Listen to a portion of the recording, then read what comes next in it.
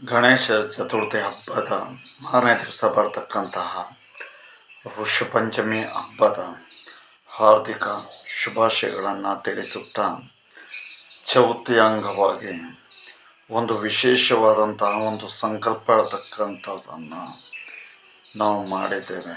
ಅದಕ್ಕೆ ಜನರು ಯಾವ ರೀತಿಯಾದಂತಹ ಸ್ಪಂದನೆಗಳನ್ನು ಮುಂದಿನ ದಿವಸದಲ್ಲಿ ಕೊಡುತ್ತಾರೆ, ಅವರ ಶ್ರೇಯೋಭಿವೃದ್ಧಿಗೆ ಅಂತ ಹೇಳ್ತಕ್ಕಂಥದ್ದು ಅವರಿಗೆ ಬಿಟ್ಟಂಥ ವಿಚಾರ. ಆ ಸಂಕಲ್ಪ ಅಥವಾ ಮಹತ್ವದ ಗುರಿ ಯಾವುದು ಅಂತ ಕೇಳಿದರೆ, ಹೀಗೆ ನಾವು ಆಕಾಶದಲ್ಲಿ ಗ್ರಹಗಳನ್ನು ತೇಲ್ತಾ ಇದೆ ಅಂತ ಹೇಳಿ ತಿಳ್ಕೊಂಡಿರ್ತೇವೆ, ಅದೇ ಥರದಲ್ಲೇ ಭೂಮಿಯು ಕೂಡ ತೇಲ್ತಾ ಇರ್ತಕ್ಕಂಥ ಒಂದು ಗ್ರಹವೇ ಆಗಿರ್ತದೆ.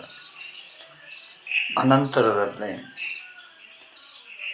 ಇಲ್ಲಿ ವಾಸವನ್ನು ಮಾಡ್ತಾ ಇರ್ತಕ್ಕಂತಹ ನಾವುಗಳು ಗ್ರಹಗಳ ಅಧೀನದಲ್ಲಿ ಇರತಕ್ಕಂತಹದ್ದು. ಅದಕ್ಕೆ ನವಗ್ರಹಗಳು ಅಂತ ಹೇಳೋದಾಗಿ ಕರೀತೇವೆ. ರವಿ ಆಗಿರಬಹುದು, ಚಂದ್ರ, ಕುಜ, ಶುಕ್ರ, ಶನಿ, ರಾಹು, ಕೇತು, ಬುಧ, ಹೀಗೆ 9 ಗ್ರಹಗಳ ಅಧೀನದಲ್ಲಿ ನಾವು ಇರುತ್ತೇವೆ. ಇದ್ದುದಷ್ಟೇ ಅಲ್ಲದೆ ಶನಿ ಗ್ರಹದ ಪೀಡನೆ ಇತ್ಯಾದಿಗಳಲ್ಲಿ ಕೂಡ ನಾವು ಅನುಭವಿಸ್ತಕ್ಕಂತಹ ಕಷ್ಟ, ನೋವು, ಹಿಂಸೆ, ಅನಂತರದಲ್ಲಿ ಕುಜನಿಂದಾಗಿರ್ಬೋದು, ಕೇತುವಿಂದಾಗಿರ್ಬೋದು, ಅದು ಅನುಭವಿಸಿರ್ತಕ್ಕಂಥ ವ್ಯಕ್ತಿಗಳಿಗೆ ಮಾತ್ರ ಅರ್ಥವಾಗ್ತದೆ. ಹಾಗೆ ಅರ್ಥವಾಗದೇ ಇರ್ತಕ್ಕಂಥವ್ರಿಗೆ ಅರ್ಥ ಆಗೋದಿಲ್ವ ಅಂತ ಕೇಳಿರ್ತಾರೆ. ಇಲ್ಲ, ಅರ್ಥ ಆಗ್ತದೆ. ಅವರಿಗೆ ಆ ಸಮಯ ಹೇಳ್ತಕ್ಕಂಥದ್ದು ಬಂದವಾಗ ಅರ್ಥ ಆಗಲೇಬೇಕು. ಕಾಲಚಕ್ರ ಹೇಗೆ ತಿರುಗ್ತಾ ಇರ್ತದೆ, ಭೂಮಿ ಹೇಗೆ ತಿರುಗ್ತಾ ಇದೆಯೋ, ಚಂದ್ರ ಹೇಗೆ ಭೂಮಿಯ ಸುತ್ತ ತಿರುಗ್ತಾನೋ, ಸೂರ್ಯ ಹೇಗೆ ತಿರುಗ್ತಾನೋ, ಅದೇ ಥರದಲ್ಲೇ ಎಲ್ಲವೂ ಕೂಡ ತಿರುಗ್ತಾನೆ ಇರ್ತದೆ. ಅದೇ ಥರದಲ್ಲೇ ನಮಗೆ ಹಾಗಾಗಿಲ್ಲ ಅಂತ ನಾವು ಅಂದುಕೊಳ್ಳೋದಕ್ಕಿಂತಲ್ವ, ನಮಗೂ ಒಂದೊಂದು ದಿವಸ ಆ ರೀತಿಯಲ್ಲಿ ಅಲ್ಲದಾಗಿದ್ರು ಬೇರೆ ರೀತಿಯಲ್ಲಾಗಿ ಉಂಟಾಗುತ್ತೆ ಅಂತ ಹೇಳೋದನ್ನು ನಾವು ಮರೆಯುವಾಗಿಲ್ಲ. ಯಾಕೆ ಅಂತ ಕೇಳಿದರೆ, ಗ್ರಹದ ಅಧೀನದಲ್ಲಿ ನಾವು ಇರುವುದರಿಂದಾಗಿ. ಅಂತಹ ಒಂದು ಗ್ರಹದ ಅಧೀನದಲ್ಲಿ ಇರ್ತಕ್ಕಂಥವರಿಗೆ ಮುಂದಿನ ದಿವಸದಲ್ಲಿ ಈಗಾಗಲೇ ದರ್ಭ ಚಿಕಿತ್ಸೆ ಮೂಲಕವಾಗಿ ಕೆಲವಷ್ಟು ವ್ಯಕ್ತಿಗಳಿಗೆ ಪರಿಹಾರವನ್ನು ಬರ್ತಾ ಇದ್ದೇವೆ.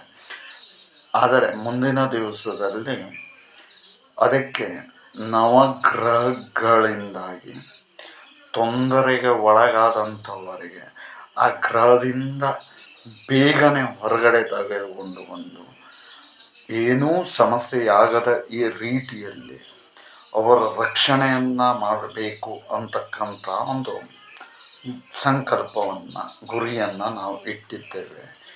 ಇದಕ್ಕೆ ಜನಸಾಮಾನ್ಯರಾದಂತಹ ನೀವುಗಳು ಯಾವ ರೀತಿಯಲ್ಲಿ ಸ್ಪಂದನೆಯನ್ನು ಕೊಡುತ್ತೀರಿ ಮತ್ತು ಇದರ ಹೆಚ್ಚಿನದಾದಂತಹ ಆಸಕ್ತಿ ಇರತಕ್ಕಂಥ ವಿವರವನ್ನು ಪಡ್ಕೊಳ್ಬಹುದು. ನಮ್ಮನ್ನು ಖುದ್ದಾಗಿ ಭೇಟಿಯಾಗಿ ಮಾಡಿದ್ದರೆ ನಿಮಗೂ ಒಳಿತು ಉಂಟಾಗುತ್ತೆ. ಮತ್ತು ಅಷ್ಟೇ ಅಲ್ಲದೆ ಮುಂದಿನ ತಲೆಮಾರಿನವರಿಗೂ ಕೂಡ ಒಳಿತುಂಟಾಗುತ್ತೆ. ಅನಂತರದಲ್ಲಿ ನಮಗಿಂತಲೂ ವಯೋವೃದ್ಧರು ಯಾರಿರ್ತಾರೆ ಅಂಥವ್ರಿಗೂ ಕೂಡ ನವಗ್ರಹಗಳ ಅಧೀನ ಹೇಳ್ತಕ್ಕಂಥದ್ರಿಂದಾಗಿ ಒಳ್ಳೆಯದಾಗ್ತದೆ. ಮತ್ತು ಒಂದೊಂದು ಗ್ರಹಗತಿಗಳು ನಡೆಯುವಂಥ ಸಮಯದಲ್ಲಿ ಇಂತಿಷ್ಟು ವರುಷ ಅಂತ ಹೇಳಿದೆ, ಅಲ್ಲಿಯ ತನಕ ನಾವು ಲಿಂಬೆ ಹಣ್ಣಿನ ರಸವನ್ನು ಹಿಂಡಿದಾಗ ಓಡು ಹೇಗಿರ್ತದೆ ಆ ರೀತಿಯಲ್ಲಿ ಆಗಿಬಿಡ್ತೇವೆ.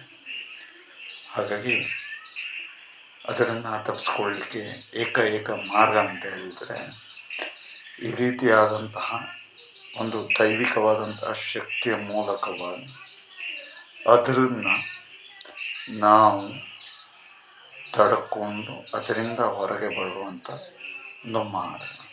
ಇದು ಮಾಡುವುದು ಹೇಳಿದಷ್ಟು ಸುಲಭವಾದಂಥ ವಿಚಾರವಲ್ಲ. ಹಾಗಾಗಿ ಜನ ಬೆಂಬಲ ಹೇಳ್ತಕ್ಕಂಥದ್ದಿದ್ದರೆ ಮಾಡಿ ತೋರಿಸೋದಕ್ಕೆ ಸಾಧ್ಯತೆ ಉಂಟು. ಯಾಕೆ ಅಂತ ಕೇಳಿದರೆ, ಎಷ್ಟೋ ದೊಡ್ಡದಾದಂತಹ ಸಮಸ್ಯೆಯಲ್ಲಿ ಬಳಲ್ತಾ ಇರತಕ್ಕಂಥವರಿಗೆ ಈಗಾಗಲೇ ಮಾಡಿರ್ತಕ್ಕಂಥ ಅನುಭವದ ಮೇರೆಗೆ ಮತ್ತು ದೈವಿಕವಾದಂಥ ಶಕ್ತಿ ಯಾವ ರೀತಿಯಲ್ಲಿ ಕೆಲಸ ಮಾಡ್ತದೆ ಅಂತ ಹೇಳಿ ತಿಳ್ಕೊಂಡ ಒಂದು ಸಣ್ಣ ಅನುಭವದ ಮೇರೆಗೆ, ಸಂಪೂರ್ಣವಾಗಿ ತಿಳ್ಕೊಳ್ಳಿಕ್ಕಾಗೋದಿಲ್ಲ, ನಾವು ಕೇಳ್ಕೊಳ್ತಾ ಇದ್ದೇವೆ. ನೋಡಿ, ಸ್ಪಂದನೆಯನ್ನು ಕೊಡೋದು ಬಿಡೋದು ನಿಮ್ಮಗಳಿಗೆ ಬಿಟ್ಟಂಥದ್ದು. ಜನತೆ ಮನಸ್ಸನ್ನು ಮಾಡಿದರೆ ಏನನ್ನೂ ಕೂಡ ಸಾಧಿಸಬಹುದು.